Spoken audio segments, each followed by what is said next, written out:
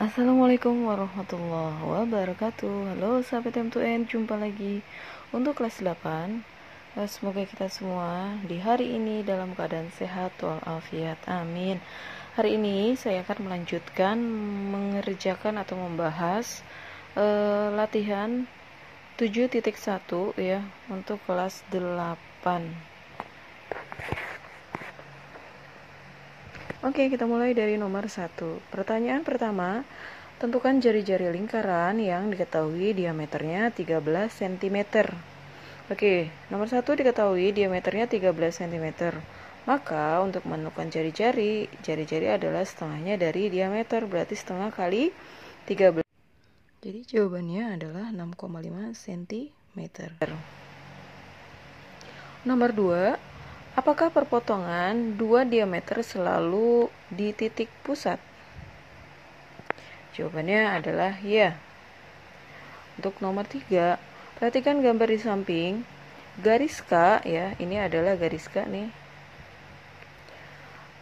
Garis sumbu tali busur AB. Garis L adalah garis sumbu tali busur CD. Ini lihat, ini adalah garis L ya. Kemudian titik P adalah perpotongan garis sumbu K. Titik P perpotongan garis sumbu K dan L. Benarkah perpotongan kedua garis sumbu tersebut tepat di titik pusat? Jelaskan. Oke, kita lihat ya di sini. Ini adalah garis L dan ini adalah garis K. Apakah tepat? Jawabannya adalah iya. Karena sumbu tersebut adalah garis yang berhimpit dengan diameter lingkaran, sehingga berpotongan tepat di titik pusat. Oke, kita lanjut ke nomor 4. Adakah tali busur yang lebih panjang dari diameter? Jelaskan. Jawabannya adalah tidak, karena diameter adalah tali busur terpanjang. Ya, jadi tidak ada yang melebihi tidak ada tali busur yang melebihi diameter ya, karena diameter itu adalah tali busur terpanjang. Oke, nomor 5. Apakah panjang apotema bisa lebih dari jari-jari? Jelaskan. Jawabannya tidak bisa, karena apotema adalah ruas terpendek yang menghubungkan antara titik pusat lingkaran dan tali busur. Maka titik pada tali busur tersebut pasti letaknya di dalam lingkaran atau bukan pada lingkaran, sedangkan jari-jari menghubungkan titik pusat ke lingkaran. Jadi kalau kita gambar, misalnya ini adalah sebuah lingkaran, lalu kita gambar titik pusat, misalnya di sini, lalu ini kan membandingkan jari-jari dan apotema ya. Kalau kita gambar di sini, misalnya ini adalah jari-jari. Nah, ini terlalu panjang. Ya, misalnya gitu ya. Ini gambarnya tapi agak tidak tepat di titik pusat.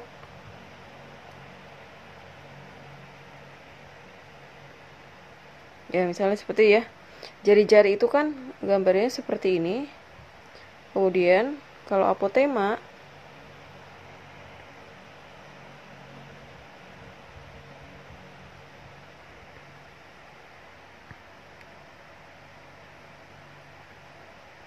ya, kurang lebih seperti itu gambarnya, maaf kalau kurang rapi. Jadi kalau jari-jari itu adalah kan titik pusat ini ya, ke sini. Titik pusat ke lingkaran ya. Sini namanya bilangnya titik pusat ke lingkaran, sedangkan apotema dari titik pusat ke tali busur ya. Jadi jelas dia lebih pendek dari apotema jelas lebih pendek dari jari-jari, seperti itu ya. Oke, mudah-mudahan bisa dipahami ya. Lanjut ke nomor berikutnya. Kita lanjut ke nomor 6. 2 atau lebih lingkaran dikatakan konsentris jika berpusat di satu titik yang sama. Sebutkan minimal 3 benda atau bagian benda yang memuat hubungan konsentris. Ya, contohnya yang pertama adalah sisi luar dan sisi dalam bingkai pada jam dinding yang berbentuk lingkaran. Yang kedua, pelek sepeda ya dengan ban atau yang terpasang pada pelek tersebut. Jadi maksudnya ban yang terpasang pada pelek tersebut gitu ya. Dan yang ketiga adalah gerigi atau gear yang berlapis 2 atau lebih yang terpasang ya. Ini yang terpasang pada rantai sepeda biasanya ya. Oke, itu untuk jawaban nomor 6. Misalnya ini adalah sebuah ban dan ini adalah sebuah pelek ya. Kan sumbunya sama, titik pusatnya sama ya. Ini pelek. Ya, ini disebut adalah dua buah benda yang konsentris. Jadi dua buah lingkaran ya. Ini lingkaran pertama, ini lingkaran kedua, dan pusatnya sama gitu loh. Itu maksudnya konsentris. Oke, semoga bisa dipahami ya. Lanjut ke nomor 7. Oke, kita lanjut ke nomor 7. Diketahui 3 titik benda A, B, dan C tidak segaris. Buatlah lingkaran yang melalui 3 titik tersebut ya. Jadi ini ada 3 titik yang tidak segaris.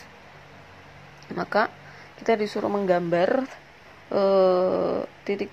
titik ini supaya dilalui oleh lingkaran gitu ya. Caranya adalah langkah pertama, kita hubungkan 3 titik ini ya, membentuk segitiga. Oke. Langkah kedua ya, setelah kita buat segitiga ini, lalu kita buat sumbu ya. Sumbu itu adalah membagi setiap sisi segitiga ini menjadi 2 bagian yang sama. Yang pertama misalnya ini ya, yang garis biru sini, kita mau bagi garis BC itu adalah 2 bagian yang sama, berarti kira-kira tengah-tengahnya di sini kan, maka kita perpanjang. Lalu kita bagi AB menjadi 2 sisi yang sama besar, jadi sisi ini sama dengan sisi ini, maka kira-kira tengah-tengahnya di sini. Lalu kita tarik garis, kita perpanjang hingga bertemu tadi sumbu yang lain.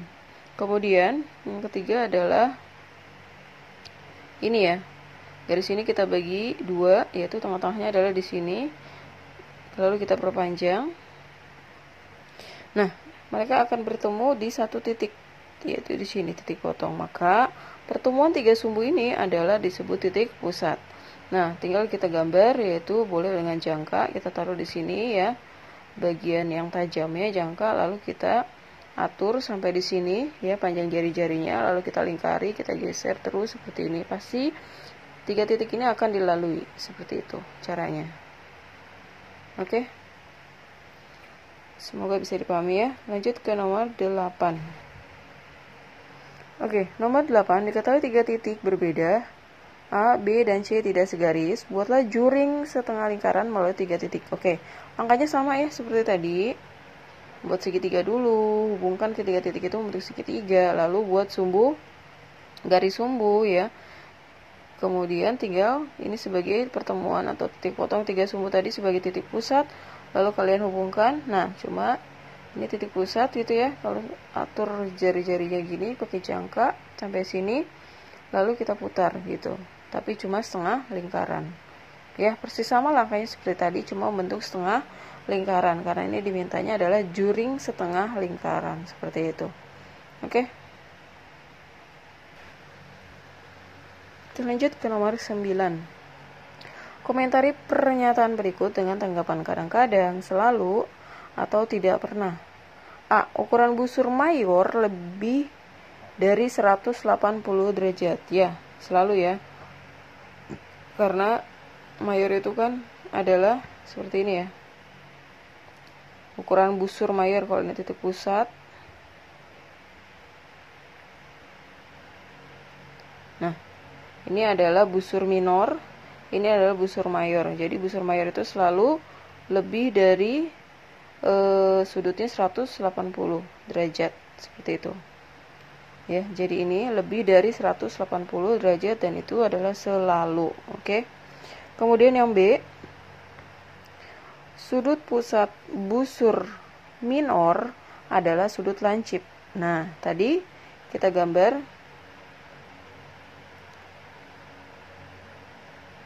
Mayor itu kan tadi selalu lebih dari 180 ya. Sedangkan minor itu kurang dari 180, tapi bisa lebih dari 90 ya, bisa lebih dari 90 tapi kurang dari 180.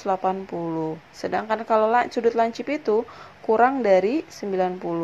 Jadi yang namanya sudut pusat busur minor ini itu bisa lebih dari 90. Jadi tidak selalu sudut lancip. Seperti itu. Jadi jawabannya tidak selalu, berarti kadang-kadang. Kemudian jumlah beberapa sudut pusat bergantung pada ukuran jari-jarinya. Itu salah ya, tidak pernah. Karena jari-jari tidak, ukuran jari-jari kan selalu sama ya, tidak mempengaruhi. Jadi jawabannya adalah tidak pernah untuk yang C. Sedangkan untuk yang D, tali busur adalah diameter. Kadang-kadang ya, karena bisa jadi tali busur kan lebih pendek dari diameter ya. Sedangkan tali busur terpanjang adalah diameter. Tapi ini dia bilang tali busur adalah diameter. Tidak selalu ya, atau jawabannya adalah kadang-kadang. Oke, kita lanjut untuk nomor berikutnya, nomor 10. Nomor 10, berdasarkan gambar di samping, tentukan sudut CGB. Kita lihat di sini, sudut CGB itu adalah ini ya, CGB. Jadi karena ini adalah garis lurus, berarti sudut ini adalah 180. Berarti untuk mencari CGB ya, ini dari 180, berarti untuk mencari CGB nih sudutnya ini, itu berarti tinggal 180 dikurangi 60 ya kan, jadi 120 derajat. Kemudian untuk mencari sudut BGE ya, BGE itu adalah nih ya, BGE itu adalah sudutnya bertolak belakang dengan AGA. Berarti sudut bertolak belakang besarnya adalah sama. Berarti samanya adalah juga 60 derajat. Kemudian untuk sudut AGD ya. AGD yang ini, AGD sudah jelas, itu ada siku-siku, berarti sudutnya adalah 90 derajat. Kemudian untuk sudut DGE ya, DGE. Nah, DGE ini adalah berarti ini kan ada garis lurus, berarti 180. Terus tadi yang ini adalah 60 derajat. Berarti yang ini adalah 90 derajat. Nah, berarti DGE yaitu 180 dikurangi 90 dikurangi 60. Yaitu berarti jawabannya adalah 30 derajat. Oke, cukup sampai di sini dulu ya. Nanti kita lanjutkan lagi untuk nomor 11 dan seterusnya. Terima kasih, semoga bermanfaat dan bisa dipahami. Assalamualaikum warahmatullahi wabarakatuh.